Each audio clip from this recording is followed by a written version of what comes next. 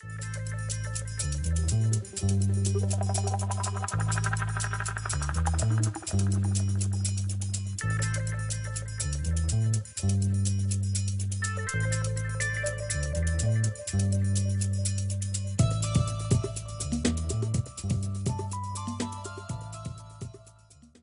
what did I come to talk about this afternoon? I thought that a good thing, a question that I get asked all the time is why I went into politics and how I did it. And I thought using that story, I could come out with a few key lessons that I learned and which I could share with you. So the reason why I went into politics was because I was angry. I was a very angry young person. I was angry about so much stuff. And two things that really, really got my goat were education and international development. And I'll explain to you why. With education, I mean, I was born here, but I grew up in Nigeria. I moved back when I was 16. And, you know, those of you who grew up in Nigeria probably know the four magic courses: medicine, law, accounting, engineering. If you didn't do that, then you're nobody, you're nothing. And, you know, everyone had very high expectations. And I came here and I told the teachers, I started at Nefi College, just a local state school for people who wanted to do vocational courses. And I told them that I wanted to be a doctor. Both my parents are doctors.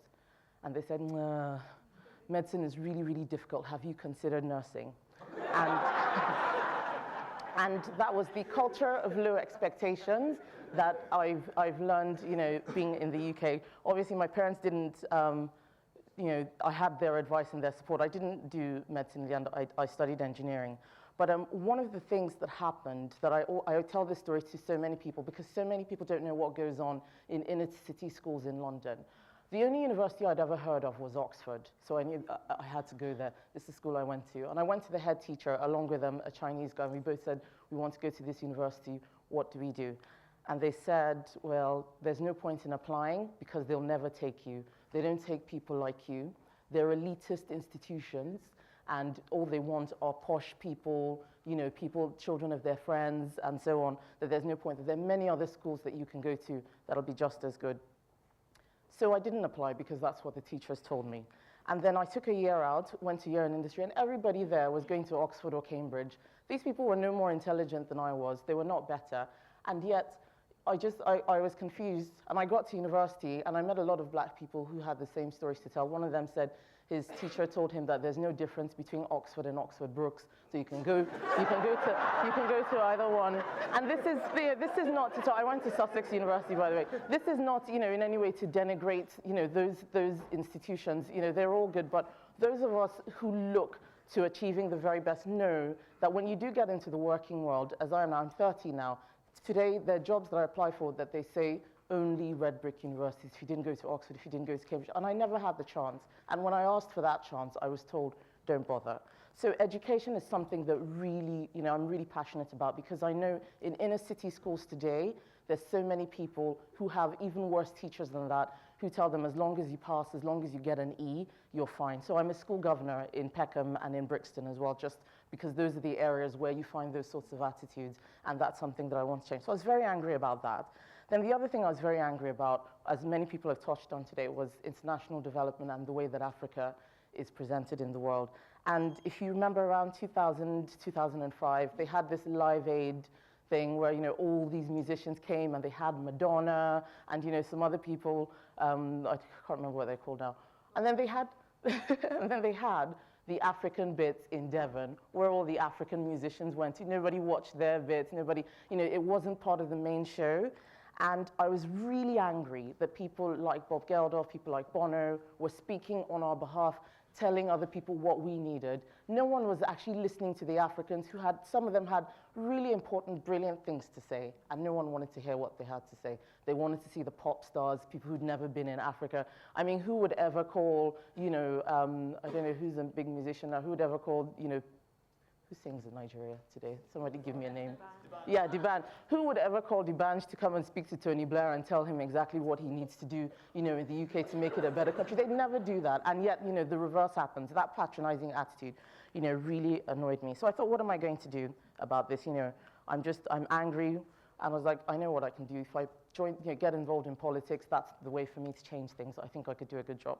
So I joined the party that goes, you know, with my personal beliefs, and that was the Conservative Party. But before I joined, I asked for advice from a lawyer that I'd met. He had a scheme helping young ethnic minority people, work in Magic Circle law firms. He worked in Clifford Chance, which is the biggest law firm. I said, ooh, Mark, I'm thinking about joining Conservative Party. And he was like, why do you want to join them? No, you don't want to do that. They're going to be hostile to you. They're racist. They're evil. They're elitist. They're going to try and, all they want to do is hang around with people like them. And I thought, I've heard this before. Who said this? Someone said this. And I remembered that teacher, and I thought, yeah, this time I'm going to join, and I'm going to see what happens. So I joined the party, and I never had those negative experiences that, the stereotype you hear about often. I never had any of those experiences. And I was at a party speaking to someone, and they asked me why I joined, and I said, oh, I'm angry, this is my story, how angry I was about international development. So, and they said, why don't you meet the party chairman? He's standing over there. This was at a Christmas party, and at the time it was Francis Maud. And I spoke to him, I told him what I wanted to do, and he said, well, there's Globalization and Global Poverty Policy Group that David Cameron has set up. Why don't you join it? I'm sure that they'd really like to have an African person on there, someone, because a lot of the issues cover sub-Saharan Africa as well as Asia. So I had an interview with Peter Lilly, the MP running it, and he said, yes, come on board. And I became a project leader for that. And I met a lot of people, from the development area, even people like Josephine, who are here today. It was just, it was really mind-blowing. And I, got to influence the policy that the Conservative Party is actually putting into practice today. And that was just by joining and simply saying, I want to help, I want to have a voice. And looking back on it now, I was the only black person there, let alone African, on that policy group. And yet everybody was making decisions about what they're going to do to Africa, or how they're going to spend the money, what's going to, And if I wasn't there, none of that would happen. And so I sat there. Being a project leader basically meant I got to review, policy that people sent in. You should have this. I was like, this is a bad idea. This is not. I mean, not everything is happening at the moment, but it's quite, you feel like you've really achieved something when you can see the government talking about things that you helped supervise and put into place. However, just going back to this issue about negative voices, no matter what it is that you want to do, if you want to do something good, or if you want to do anything that's groundbreaking or radical, even if it is good or bad, there will be people who are out there to discourage you and to oppose you. So I'm going to tell you about a couple of people that I met on my way. Shortly after, when we produced the first draft of this report, Oxfam, the charity, held an event in Oxford Town Hall, and David Cameron was speaking about all the proposals that we had. And a woman stood up in the audience, and she started shouting, just a room about twice this size, she stood up and said, who is David Cameron to talk about Africa? He's white, he's rich, he's a man, talking about issues to do with women, that he's not someone, who should be standing up and talking about these things. And I was sitting in the front row, and I was like, hang on, some of those things are things that I put together. David Cameron is the party leader. That doesn't mean that he's the one that thought of everything. It doesn't work like that. So I went around to speak to her, just to let her know that, you have nothing to worry about. She must have been about 50 or 60, somewhere between 50, 60. Very long hair, sort of hippie-ish sandals. And, I came over, and, she was smiling at me, looking really happy. And, she was like, yeah, aren't you really angry about what these conservatives are doing? And I said, actually, I'm one of the people who helped to write this report, and I do actually believe what they're doing is good. And she took a step back. Her face changed. I've never seen a face change so quickly. And she said, you, Conservative Party, you don't know what you're doing. That these people, they're bad people, they're terrible people, they're just using you, you're immature, look at you, you're not poor. I had sunglasses on, I was wearing sunglasses, you've got jeans, you're wealthy, you don't understand the world. And I was just like, where is all this coming from? And I was like, no, look, you can calm down. And she said, look, men like David Cameron have ruined my life. And I realized as soon as she said that this is someone who has issues that have nothing to do with Africa. She is angry at David Cameron and maybe other wealthy white people, and is using Africans as a proxy to fight that battle. And I've seen this happen many times. People are not really, there are a lot of people who are not necessarily interested in ethnic minority issues, black issues, Africa issues. They have an enemy who they see as the elite and the establishment. And we are a weapon that they can use. As soon as they come out, you're racist, they shut them up and so on. And that's what this woman was. So of course I said all this to her, and I said, I actually thought that you were someone who was interested in Africa, but you're not. You're just a victim. And I walked away. As I was walking away, she put her hand back, and then she slapped me. Yes, she slapped me. No one has ever slapped me like that in my life. Not even my mother. And then she slapped me, and of course she started running. So I, being Nigerian, my instinct, immediately she did that, I chased after her. And by this time everyone was looking. She got to the top of the stairs, and I caught her by the hair, and I pulled her back. And then I just realized the whole room had gone silent.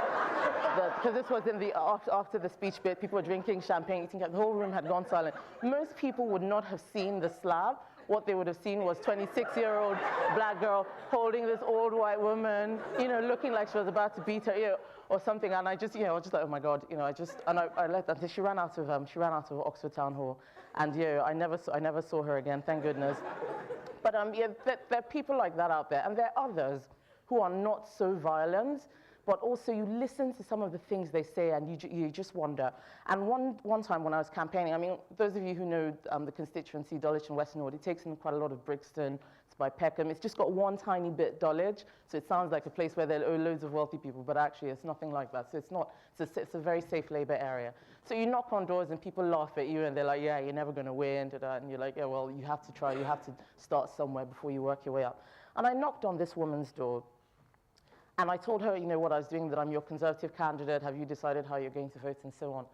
And she just looked at me like I was the craziest person, and she said, you really think that you could defeat Tessa Jowell? And I said, yes, I do. I wouldn't try if I didn't. You never know what's going to happen. And she said, apparently she was a Labour Party member, I didn't know this, and she said, after everything that we've done for you people, that you think the best thing to do is to campaign against Labour. And to me, it was just, I just never heard anything like that before. And she looked at me as if not only was I contesting against, a cabinet minister, but the fact that I dared to seemed to be, like, how dare you dream so far? And it reminded me, I don't know if any of you have read this book by Richard Wright called Black Boy. And there's a scene in it where he's telling a lady he's sort of working as a houseboy for, and she's given him some molasses, really bad food, and she's asking him why he's writing or reading, and he told her that he wanted to be a writer, and she told him that he was wasting his time, and why would a black person like you want to do something like that? And that's exactly how I felt then. It was as if there's a box, and we will help you to achieve your goals, and it's not for you to participate, but to be led, like sheep to where you want to go to. So that was a very powerful, experience for me, and it sort of reinforces certain things, which I always keep at the back of my mind. And here are some of the lessons that I wanted to share with you today. And the first one is to understand motives. Understanding motives, because often there are people who think they're helping, but actually they're a hindrance, and they have good intentions, but actually their good intentions are not actually going to take us where we want to be. And you need to understand where people are coming from before you accept their advice as well.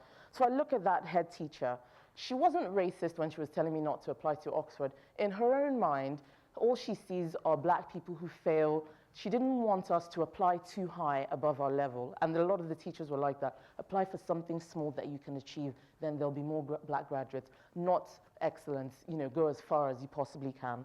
And you have to understand those motives when you listen to the advice they give you. The same with the friend of mine who worked at Clifford Chance, the lawyer, who said, don't join the Conservative Party. He had a lot of issues growing up as well. I found this out later. Had a lot of issues growing up with certain types of people. And for him to join a party where the stereotype is, that wealthy white person, it was a big issue for him. And I never heard from him since as well. It also helps you reevaluate who your friends really are, because most people, and most of my friends aren't, conservative-minded, but they came out to help, and they were like, it's because of you, we will do this for you, even though we don't necessarily understand.